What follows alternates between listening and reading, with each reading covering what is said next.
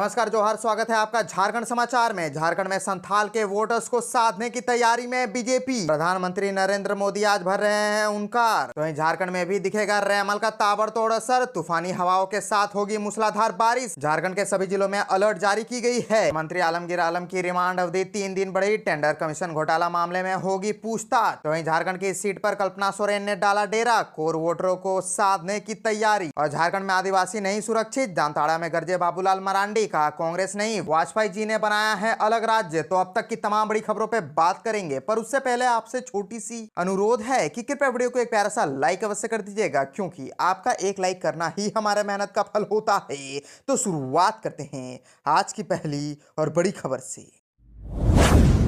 इस वक्त की बड़ी खबर झारखंड से आ रही है, जहां झारखंड में संथाल के वोटर्स को साधने की तैयारी में बीजेपी। प्रधानमंत्री नरेंद्र मोदी आज भर रहे हैं उनकार। दरअसल प्रधानमंत्री नरेंद्र मोदी आज दुमका में भाजपा के लिए चुनाव प्रचार कर रहे हैं। सभा में दुमका, गोड्डा और साहेबगंज सीट के भाजपा प्रत्याशियों के लिए प्रधानमंत्री वोट मांगेंगे। दुमका और गोड्डा सीट पर भाजपा का कब्जा है, जबकि साहेबगंज में झामुमो के विजय हांसदा मौजूद सांसद है। भाजपा इस बार तीनों सीटों को जीतने का लक्ष्य लेकर चल रही है। प्रधानमंत्री की सभा में संथाल परगना के आदिवासी मतदाताओं के लिए खास संदेश होने की संभावना है। कांग्रेस पर आदिवासी और पिछड़े समुदाय के आरक्षण को छीनने का आरोप प्रधानमंत्री लगाते रहे हैं। दुमका में प्रधानमंत्री विपक्ष के उस आरोप का भी जवाब दे सकते हैं, जिसमें भाजपा सरकार में आदिवासियों की जमीन छीनने की बात कही जाती है। आपको बता दें कि प्रधानमंत्री पिछले साल गोड्डा लोकसभा के देवघर में आकर बाबा बैद्यनाथ की पूजा अर्चना कर चुके हैं। अब जब उनका दुमका में कार्यक्रम है, तो देवघर से भी बड़ी संख्या में लोग उन्हें सुनने जाने वाले हैं। इसके अलावा गोड्डा को रेल सुविधा से जोड़ने और साहेबगंज में गंगा नदी पर टर्मिनल बनने जैसे काम से लोगों में प्रधानमंत्री को सुनने के लिए उत्साह है।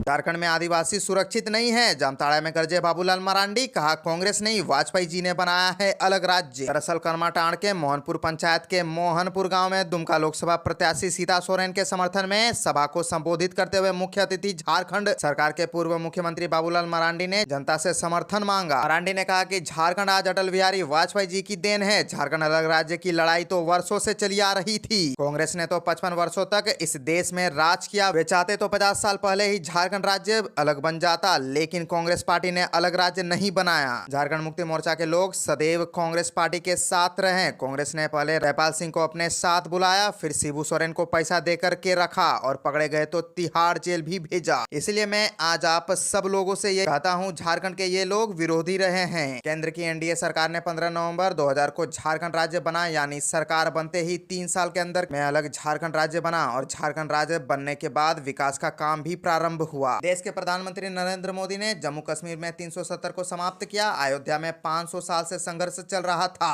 राम जन्मभूमि पर मंदिर नहीं बन पा रहा था। देश के प्रधानमंत्री नरेंद्र मोदी के कार्यकाल में राम मंदिर बनकर तैयार हुआ।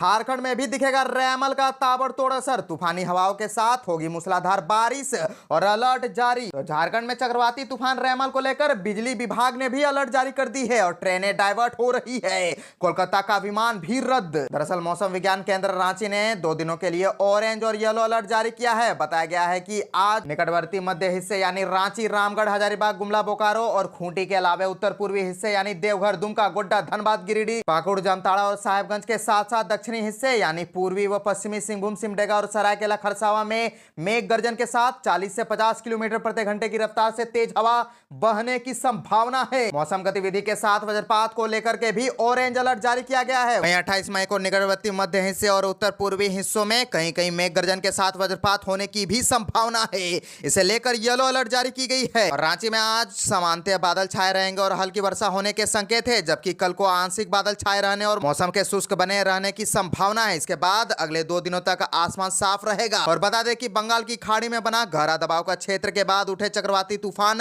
रैमल 110 से 120 किलोमीटर प्रति घंटे की रफ्तार से तूफान में बदलकर बांग्लादेश और पश्चिम बंगाल के आसपास तटों से टकराएगा। संभावना जताई जा रही कि यह तूफान भयानक रूप भी ले सकता है। इसका असर झारखंड में भी देखने को मिल सकता है। इसी कारण राजधानी रांची में सुबह से ही आंशिक बादल छाए हैं। और इस तूफान का राज्य के पूर्वी भाग में जो पश्चिम बंगाल से सटे इलाके हैं, वहां पर ज्यादा असर दिखने की आशंका है। हालांकि कल मौसम साफ होने का पूर्वानुमान है। वहीं दूसरी ओर झारखंड बिजली वितरण निगम लिमिटेड ने पूरे राज्य में अलर्ट जारी कर दिया है। झारखंड की इस सीट पर कल्पना सोरेन ने डाला डेरा, कोर वोटरों को साधने की तैयारी। संथाल परगना के राजमहल लोकसभा सीट की गिनती भले ही हाई प्रोफाइल सीट में नहीं रही हो, लेकिन झामुमो के लिए यह सीट काफी महत्वपूर्ण है। संथाल के इसी लोकसभा क्षेत्र के इंडिया के 2 दिग्गज नेता वर्तमान में विधायक हैं। बरहेड़ विधानसभा सीट से झामुमो नेता व पूर्व मुख्यमंत्री हेमंत सोरेन विधायक हैं, तो पाकुड़ विधानसभा सीट से कांग्रेस नेता व ग्रामीण विकास मंत्री आलमगीर आलम विधायक हैं। दोनों इस समय ईडी की गिरफ्त में जेल में बंद हैं और संभवतः यही वजह है कि वरिष्ठ नेताओं की अनुपस्थिति में झामुमो की स्टार प्रचारक व पूर्व मुख्यमंत्री हेमंत सोरेन की पत्नी कल्पना सोरेन राजमहल सीट का एक तरफ से मोर्चा संभाल रखा है। कल्पना सोरेन इस लोकसभा चुनाव विरासत की सियासत को भी आगे बढ़ा रही है। उनकी चुनावी रैलियों में अन्य झामुमो नेताओं की अपेक्षा भीड़ अधिक रहती है। राजमहल लोकसभा क्षेत्र में कल्पना सोरेन की अब तक 9 सभाएं हो चुकी है। शायद यह किसी एक लोकसभा क्षेत्र में उनकी अब तक सबसे अधिक चुनावी सभा है। साहिबगंज जिले में कल्पना सोरेन की पहली सभा न्याय यात्रा के दौरान वह प्रखंड के हाई स्कूल मैदान में हुई थी। राजनाथ सिंह ने झारखंड में दिया बड़ा बयान। दरअसल रक्षा मंत्री राजनाथ सिंह ने कहा कि भाजपा धर्म व जाति के आधार पर राजनीति नहीं करती है। कुछ लोग आरक्षण समाप्त करने के लिए अफवाह फैला रहे हैं, लेकिन हमारी सरकार आरक्षण समाप्त करने वाली नहीं है। लेकिन यदि धर्म के आधार पर आरक्षण दिया गया तो उसे समाप्त जरूर कर देंगे। राजमहल लोकसभा क्षेत्र से भाजपा प्रत्याशी ताला मरांडी के पक्ष में चुनावी सभा को संबोधित करते हुए उन्होंने ये बातें कही। उन्होंने कहा कि झारखंड भगवान बिरसा मुंडा की धरती है।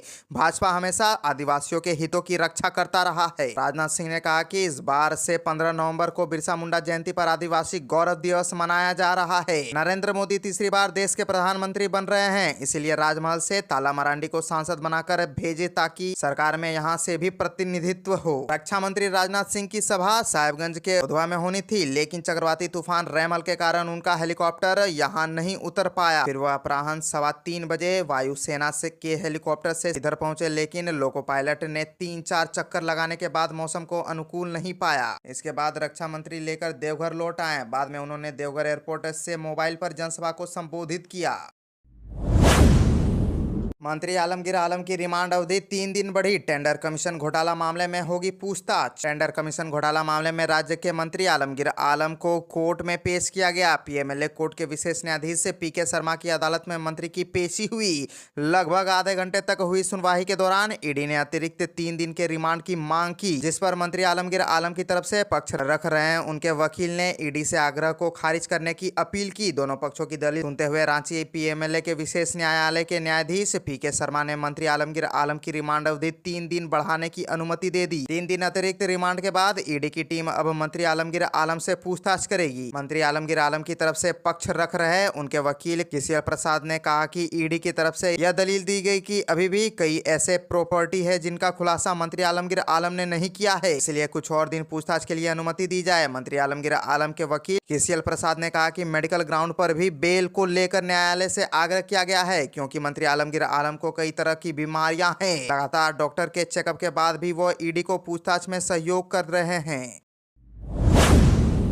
जमीन घोटाले से जुड़े मनी लॉन्ड्रिंग केस में जेल में बंद झारखंड के पूर्व सीएम हेमंत सोरेन ने अब झारखंड हाईकोर्ट में जमानत याचिका दायर की है। इससे पहले 22 मई को उन्होंने ईडी की कार्रवाई और गिरफ्तारी को चुनौती देने वाली याचिका सुप्रीम कोर्ट की इजाजत के बाद वापस ले ली थी। इस मामले में रांची की स्पेशल पीएमएलए कोर्ट ने 13 मई को हेमंत सोरेन की जमानत याचिका खारिज कर दी थी। सोरेन की ओर से दाखिल जमानत याचिका में कहा गया है कि उनके खिलाफ जिस 8.86 एकड़ जमीन पर कब्जे का आरोप लगाते हुए ईडी ने कार्रवाई की है, उससे संबंधित एक भी दस्तावेज ईडी के पास नहीं है। यह झारखंड के सीएनटी के तहत हुई हरी नेचर की जमीन है, जो किसी भी हाल में किसी व्यक्ति के नाम पर ट्रांसफर नहीं किया जा सकता। याचिका में यह भी कहा गया है कि जमीन पर अवैध कब्जे में पीएमएलए के तहत शेड्यूल ऑफेंस का केस नहीं बनता। बहरहाल सोरेन की यह याचिका पर फिलहाल सुनवाई की तारीख तय नहीं हुई है। आपको बता दें कि इस मामले में सोरेन ने ईडी की कार्रवाई और गिरफ्तारी को चुनौती देते हुए सुप्रीम कोर्ट में याचिका दायर की थी।